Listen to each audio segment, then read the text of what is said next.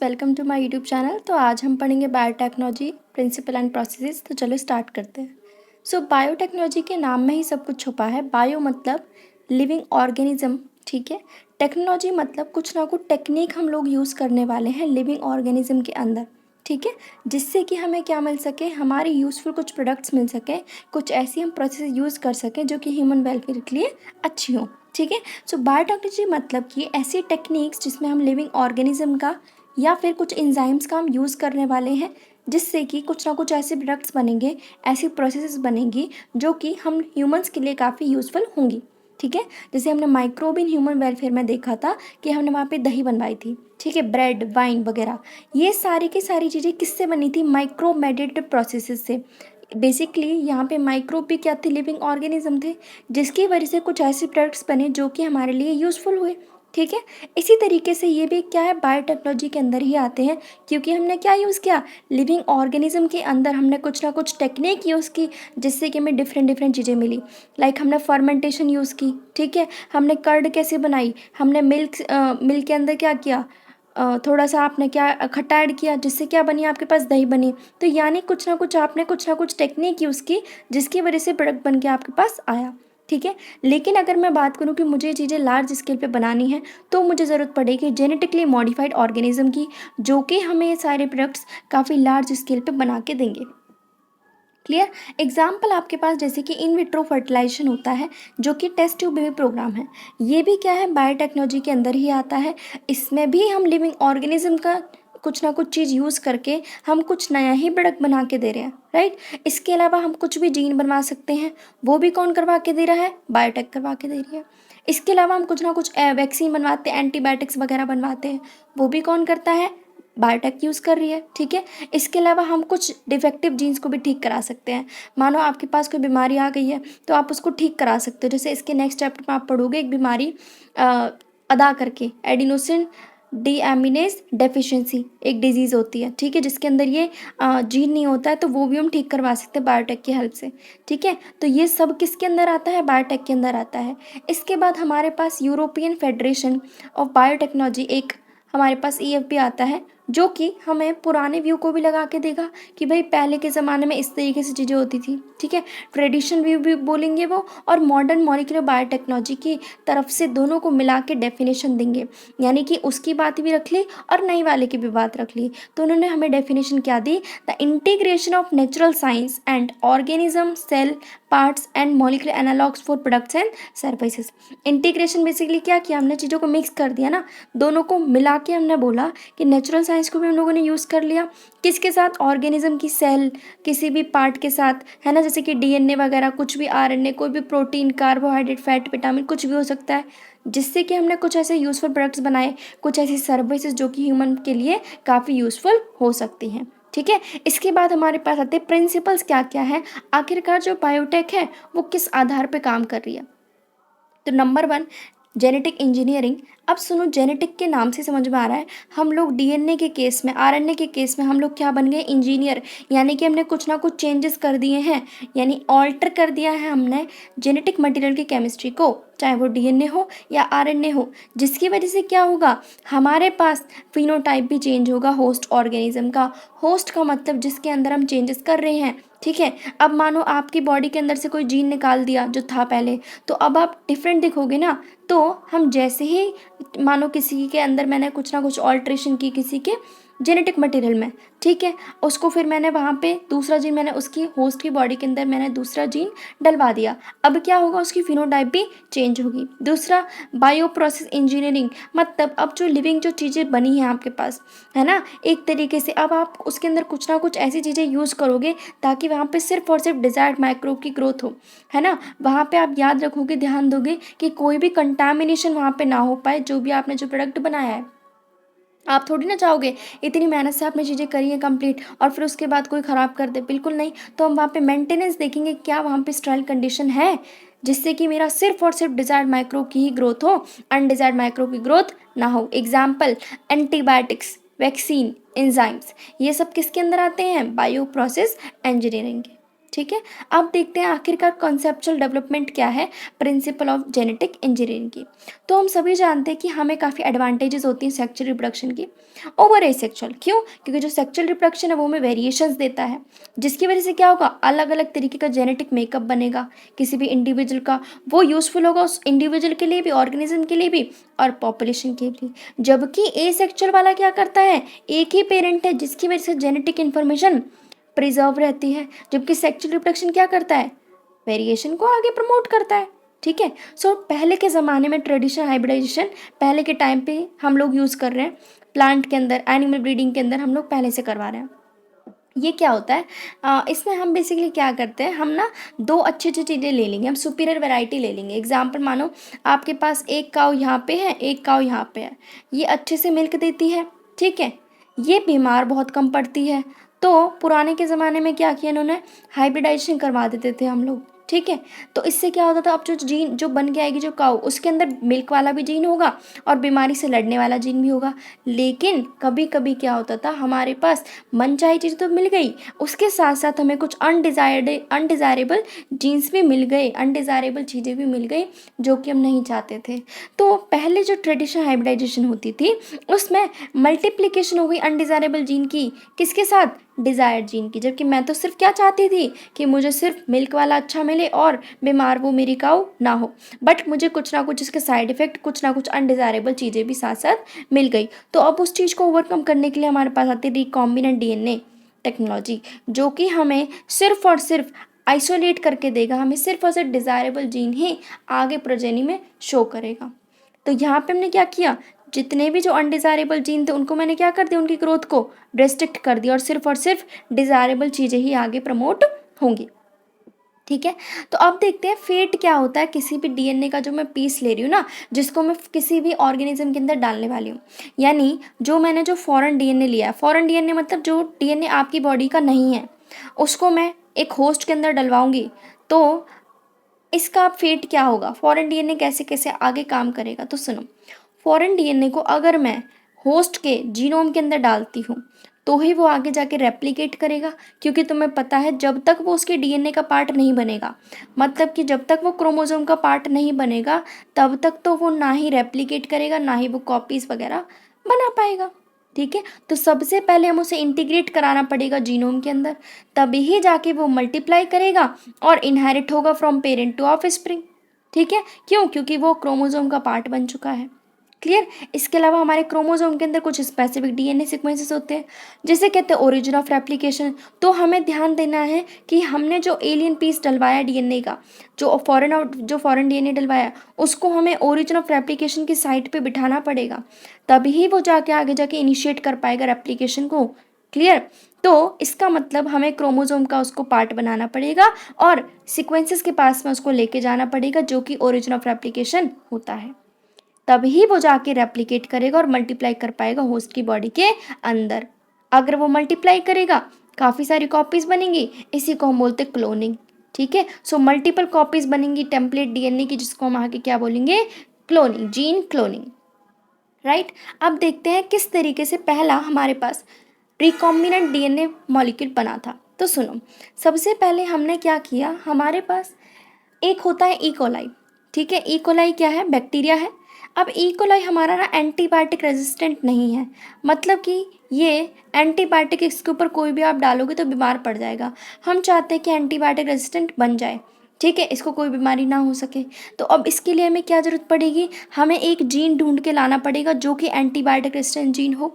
तो वो कहाँ से लेके आएंगे, एक सेल है उसके डीएनए में पड़ा रहता है ये जीन, तो हमें उसके डीएनए के अंदर से निकलवाना पड़ेगा एंटीबायोटिक रेजिस्टेंट वाला जीन। लेकिन हमारे पास क्या होता है, जो सेल है वो अपना नॉर्मल डीएनए नहीं देते, वो कहते हैं हमारी बॉडी मतलब सेल के पास में बाहर एक्स्ट्रा क्रोमोसोमल डीएनए पड़ा है जो कि रेप्लिकेट करेगा आगे जाके। यानी कि एक्स्ट्रा क्रोमोसोमल डीएनए के पास भी कैपेबिलिटी है कि वो आगे जाके एंटीबायोटिक रेजिस्टेंट जीन वाले ही आगे जाके वो रेप्लिकेट वगैरह बनाएगा।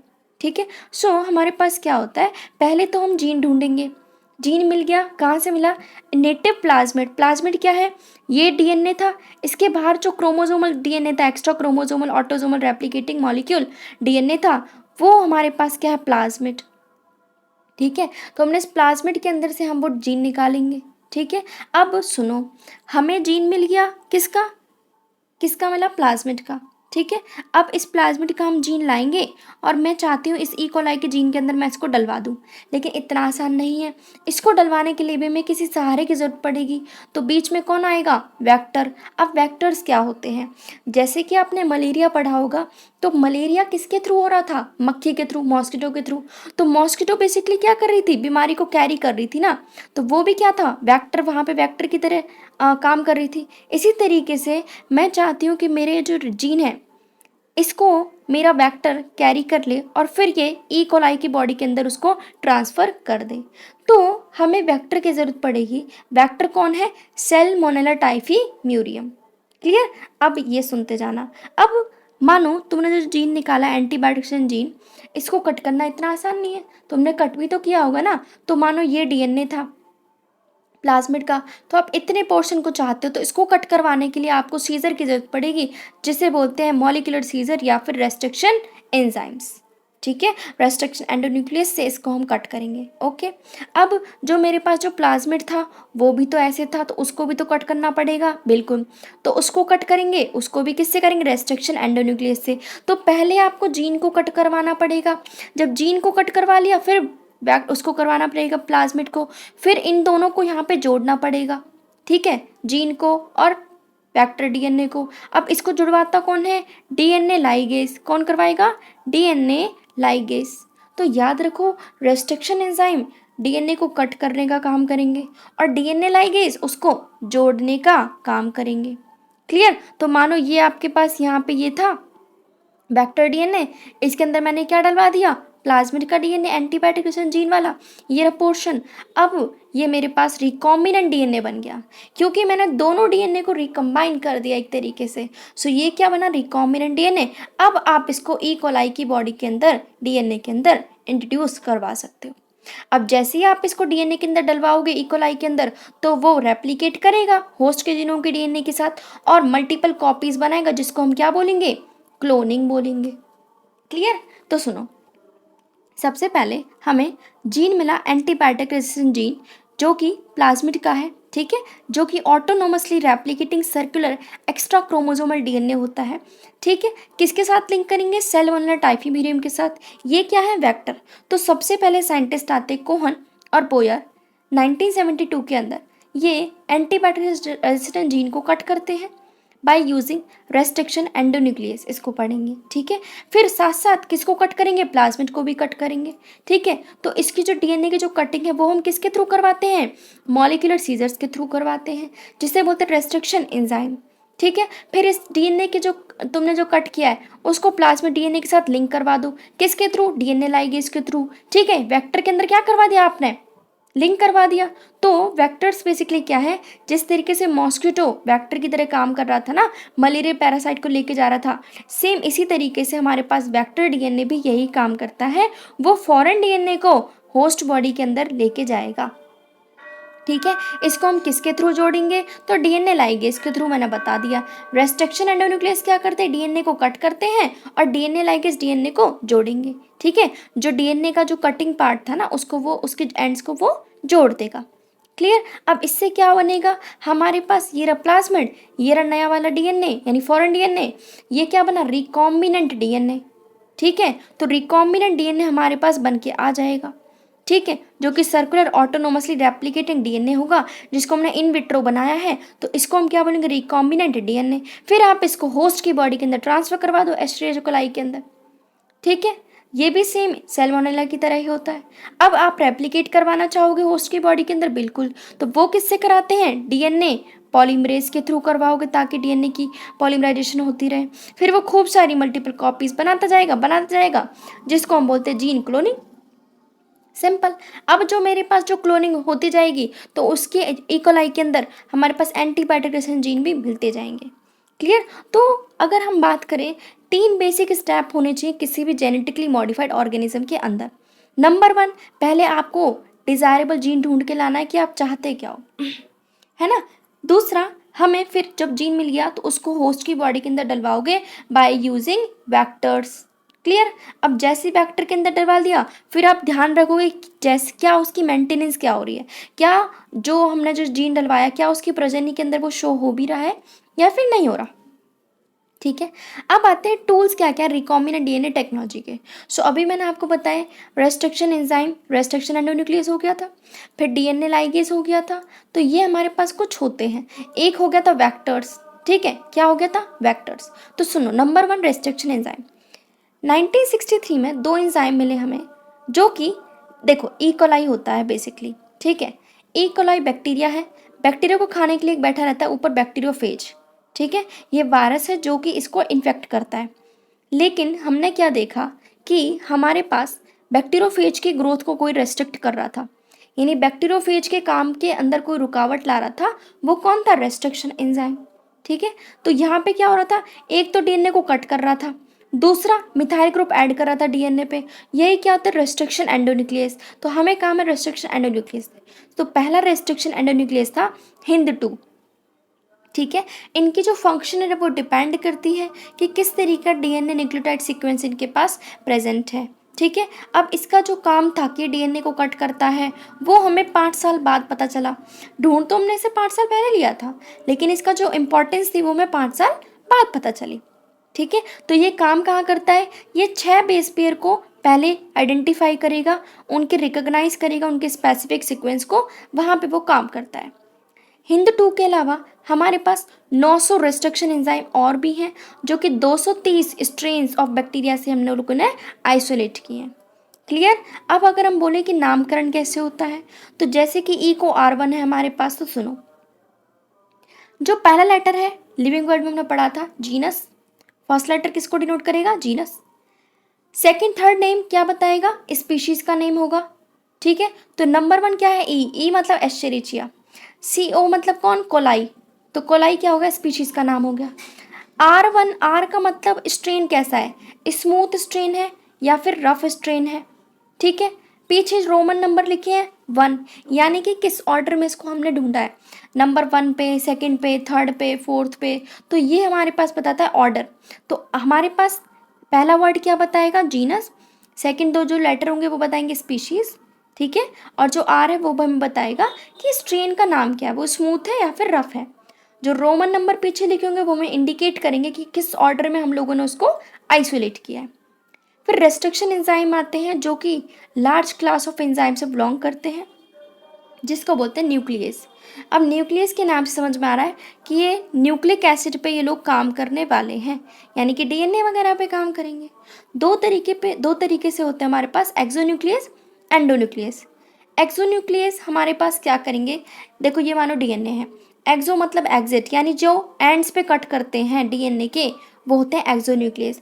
आपको एक्सोन्यूक्लियस से कोई भी काम नहीं है, ठीक है। तो यानी जिन्होंने डीएनए के एंड्स पे कट किया, एंडोन्यूक्लियस, ये तुम्हारा डीएनए, एंडो यहाँ पे अंदर की तरफ जो कट लगाएंगे, सेंटर से थोड़ा दूर, लेकिन एंड्स पे नहीं लगा रहे, तो वो होते हैं एंडो। एंडो मतलब अंदर की तरफ जो कट लगाते हैं एक स्पेसिफिक पोजीशन को देख के, उसको बोलते हैं एंडोन्यूक्लियस। अब क्वेश्चन ये बनता है कि रेस्ट्रिक्शन एंडोन्यूक्लियस को कैसे पता कि कहाँ पे हमें कट लगाना है। तो सबसे पहले वो क्या करते हैं, डीएनए की लेंथ को पहले वो इंस्पेक्ट करते हैं कि किस किस तरीके से वहाँ पे सीक्वेंसेस प्रेजेंट हैं। जैसे ही वो किसी भी स्पेसिफिक सीक्वेंस को नोटिस कर लेंगे, फिर वहाँ पे वो डीएनए के साथ बाइंड करेंगे, ठीक है, और वहाँ पे वो कट लगा देंगे। अब सुनो, हमारे पास कुछ पैलिंड्रोमिक सीक्वेंसेस होते हैं जिसके थ्रू वो पता लगाते हैं कि भाई कहाँ मुझे कट लगाना है, कहाँ पे नहीं। एग्जाम्पल आपके पास ये रहा गटक, GAATTC, इधर से देखना GAATTC, यानी जब आप 5' to 3' पे रीड कर रहे हो और 3' to 5' पे रीड कर रहे हो, जब दोनों तरफ से जब आप रीड करोगे किसी भी डीएनए के सीक्वेंस को, तो जब वो आपको सेम ही मिलेगा उसको बोलते हैं पैलिंड्रोमिक सीक्वेंस। एग्जाम्पल मैडम, अब आगे से भी आप देखो तो भी मैडम, इधर से भी देखो तो भी मैडम। एग्जाम्पल है आपके पास मलयालम, अब मलयालम को आप इधर से देखो 3' to 5' तो भी सेम, इधर से देखो तो भी सेम। तो पैलिंड्रोमिक सीक्वेंसेस क्या होते हैं हमारे पास? ग्रुप ऑफ लेटर्स होते हैं जिनको हम रीड करते हैं, चाहे वो फॉरवर्ड डायरेक्शन में करें या फिर बैकवर्ड में, वो हमें सेम ही लगेंगे। एग्जाम्पल मलयालम, ठीक है। सो हमारे पास ये होते हैं, एग्जाम्पल गटक हो गया, फिर ये हो गया।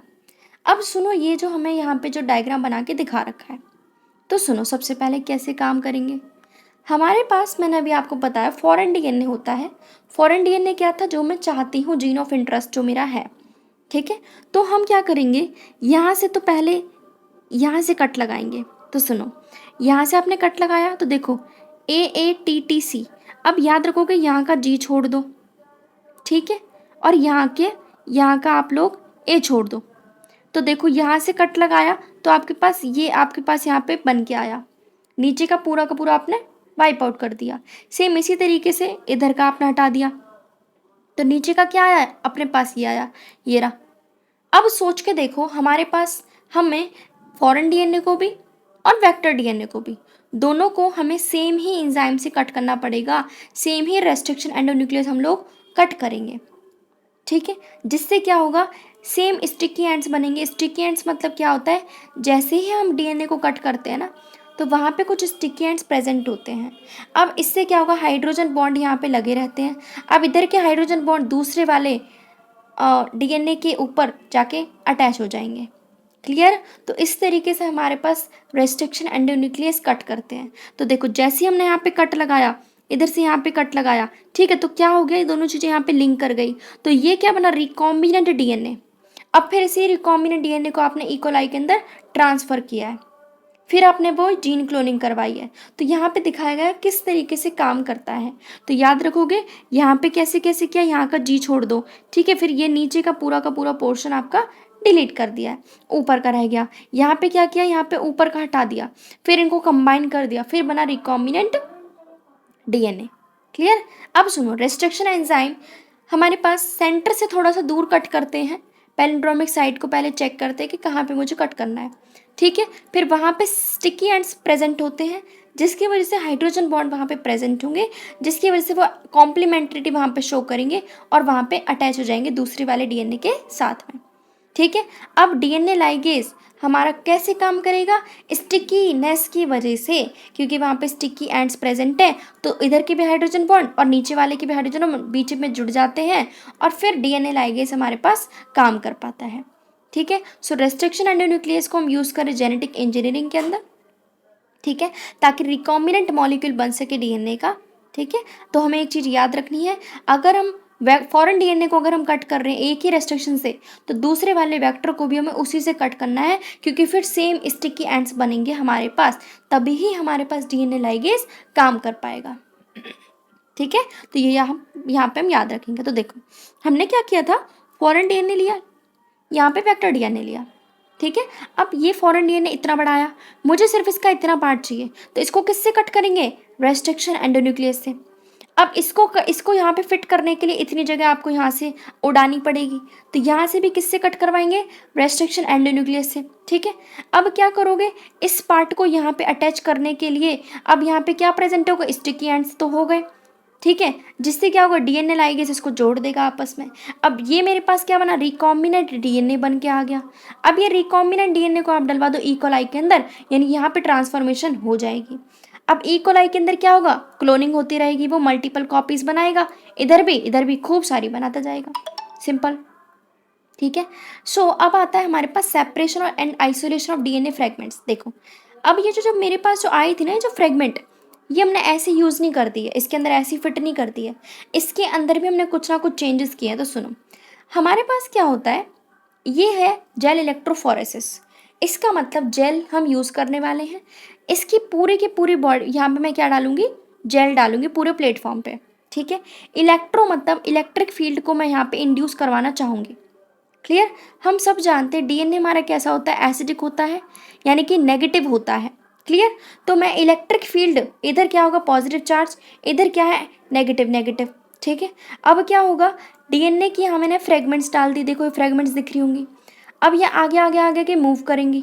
अब जितनी जो पतली चीज़ होगी, जितना जो जिसका वेट कम होगा, वो आगे ज़्यादा मूव करेगी, तो स्मॉलेस्ट फ्रेगमेंट ज़्यादा आगे मूव करेगी और मोटी वाली पीछे रह जाएंगी। तो हमारे पास ये होता है जेल इलेक्ट्रोफोरेसिस। अब इनमें से जो भी मुझे फ्रेगमेंट जो मेरे को चाहिए, वो मैं आगे उसको फर्दर ऑन यूज़ कर लूँगी रिकॉम्बिनेंट डीएनए के लिए। क्लियर हुआ। तो हम डीएनए को कट करते हैं बाय रेस्ट्रिक्शन एंडोन्यूक्लियस, फिर हमारे पास कुछ फ्रेगमेंट्स निकल के आती हैं, जिसको मैं सेपरेट करूँगी जेल इलेक्ट्रोफोरेसिस टेक्निक के थ्रू। अब हम सब जानते हैं डीएनए की जो फ्रेगमेंट्स हैं वो नेगेटिवली चार्ज होती हैं, तो वो किस तरफ मूव करेंगी? एनोड की तरफ। क्यों? क्योंकि मैंने इलेक्ट्रिक फील्ड लगा रखी है पूरी मीडियम के अंदर। मीडियम कौन है? जेल। जेल कौन है? एग्रोगोस जेल होता है, जो कि हमें सीवीड से मिलता है, जो कि नेचुरल पॉलीमर होता है। क्लियर? अब इसमें क्या होगा, अपने साइज के अकॉर्डिंग चीज़ें भागती रहेंगी।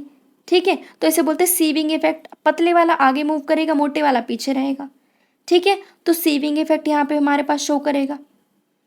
अपने साइज के अकॉर्डिंग स्मॉल वाली आगे भगेंगी, मोटी वाली पीछे रह जाएंगी फ्रेगमेंट्स। अब देखो जो चीज़ें हैं, डीएनए में इतना छोटा सा है, हमने तो नहीं दिख रहा कि कौन सी फ्रेगमेंट्स कहाँ पे हैं, तो हम कैसे पता लगाएंगे? तो हम यहाँ पे स्टेनिंग करवाएंगे। क्या करवाएंगे? स्टेनिंग। किसके थ्रू? इथिडियम ब्रोमाइड के थ्रू। अब इथिडियम ब्रोमाइड हम यूज़ करने वाले हैं। जैसे ही हम इथिडियम ब्रोमाइड यहाँ पे डालेंगे, उसके ऊपर कुछ यूवी रेज और डलवा दो। अब इससे क्या होगा, हमें डीएनए की जो फ्रेगमेंट्स है उनका ऑरेंज कलर हमें शो होने लगेगा। ठीक है, तो जैसे ही हमने स्टेनिंग करवाई डीएनए की बाय इथिडियम ब्रोमाइड, और उसके ऊपर फिर क्या डाला? यूवी रेडिएशन डाल के देखी, तो हमें ब्राइट ऑरेंज कलर के बैंड्स दिखे। क्लियर? अब इनमें से जो भी मुझे जो चाहिए उसको मैं आगे फर्दर यूज़ कर सकती हूँ। तो जैसे ही आप जो डीएनए की जो फ्रेगमेंट्स निकालोगे, एक्सट्रैक्ट करोगे, उस प्रोसेस को बोलेंगे इल्यूशन। क्या बोलेंगे? इल्यूशन। तो इस तरीके से हम क्या करेंगे, अब ये जो फ्रेगमेंट है इसको क्लोनिंग वेक्टर के साथ इंट्रोड्यूस करवा दो, मतलब क्लोनिंग वेक्टर के अंदर इंट्रोड्यूस करो, तो क्या बना? Recombinant DNA. इसके आगे का पार्ट हम नेक्स्ट वीडियो में कंप्लीट करेंगे। तो जिसको भी पसंद आया तो please do like, subscribe and share.